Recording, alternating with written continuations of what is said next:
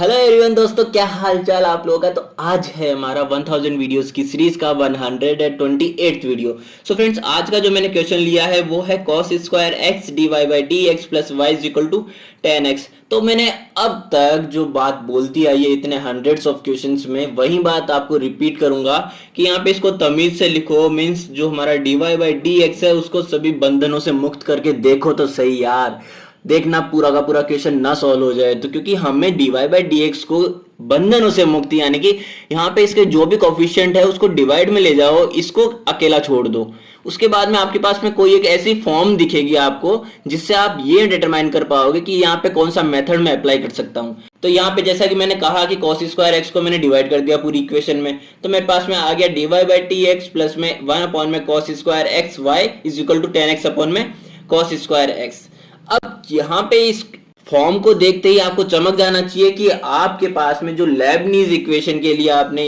पढ़ी थी, Lebanese linear equation, उसका जो स्टैंडर्ड फॉर्म होता है dy by d x plus p y is equal to q, वो इससे मैच का आ रहा है। ठीक है, जहां पे p एंड q जो हमारे होते हैं वो the functions of x only, तो p and q are the functions of x only. Okay, तो यहां से मैं क्या कहूंगा कि यहाँ पे हम लेबनीज लीनियर इक्वेशन का जो मेथड है वो अप्लाई कर सकते हैं, जो कि 3 स्टेजेस में होता है। जिसका फर्स्ट स्टेज तो यही है ऑलरेडी कि हमें इसका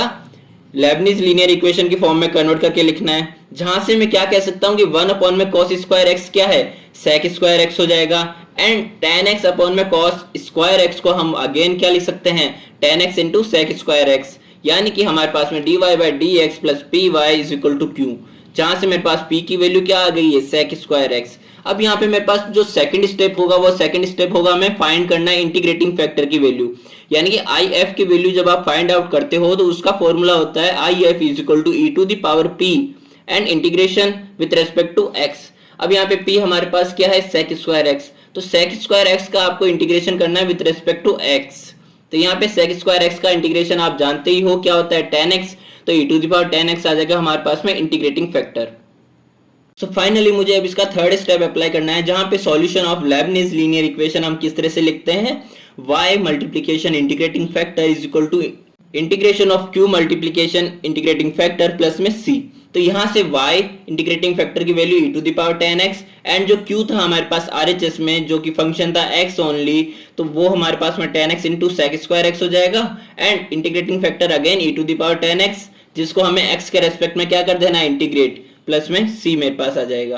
तो यहां से मैं देखूंगा तो इसको मेरे को सॉल्व करने के लिए 10x को t कंसीडर करना पड़ेगा। जब मैंने 10x को t कंसीडर किया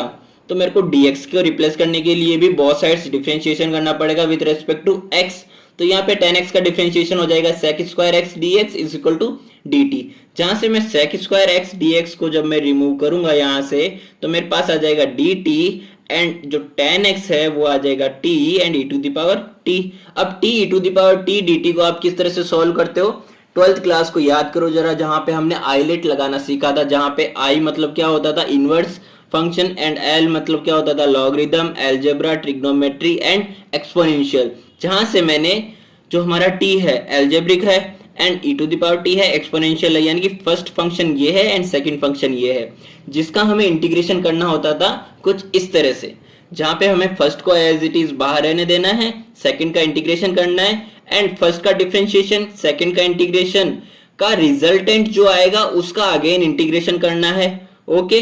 तो ये चीज मैं करता हूं यहां से। तो हमने जो सेकंड है वो सेकंड किसको कंसीडर किया है, e to the power t को, t के साथ में हम क्या करेंगे, इंटीग्रेट, तो यहाँ पे e to the power t का तो e to the power t हो जाएगा, एंड हमें t का क्या करना है, डिफरेंशिएशन, जिसको हमने बाहर छोड़ा था उसका डिफरेंशिएशन करना है सेकंड स्टेप में, तो यहाँ पे 1 हो जाएगा t का t के रेस्पेक्ट में, एंड अगेन जिसका इंटीग्रेशन किया था उसका अगेन इंटीग्रेशन करना है, तो e to the power t का e to the power t ही हो जाएगा। अब इन दोनों से जो रिजल्टेंट मुझे मिला है finally 1 into e to the power t, उसका अगेन मुझे इंटीग्रेशन कर देना है, जहां से मुझे again e to the power t ही मिलेगा। तो मैं क्या कह सकता हूं कि मैंने कंसीडर किया था t is equal to 10x, तो यहाँ पे e to the power 10x and t e to the power t यानी कि 10x e to the power 10x आ जाएगा, जहां से मैं e to the power 10x को कॉमन ले सकता हूं।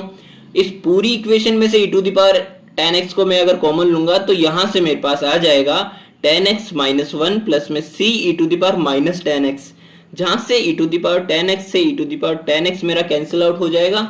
एंड हमारे पास में रिमेनिंग रह जाएगा y is equal to 10x minus 1 plus में c e to the power minus 10x, जो कि है हमारा आज का सॉल्यूशन। मिलते हैं हमारे नेक्स्ट वीडियो में।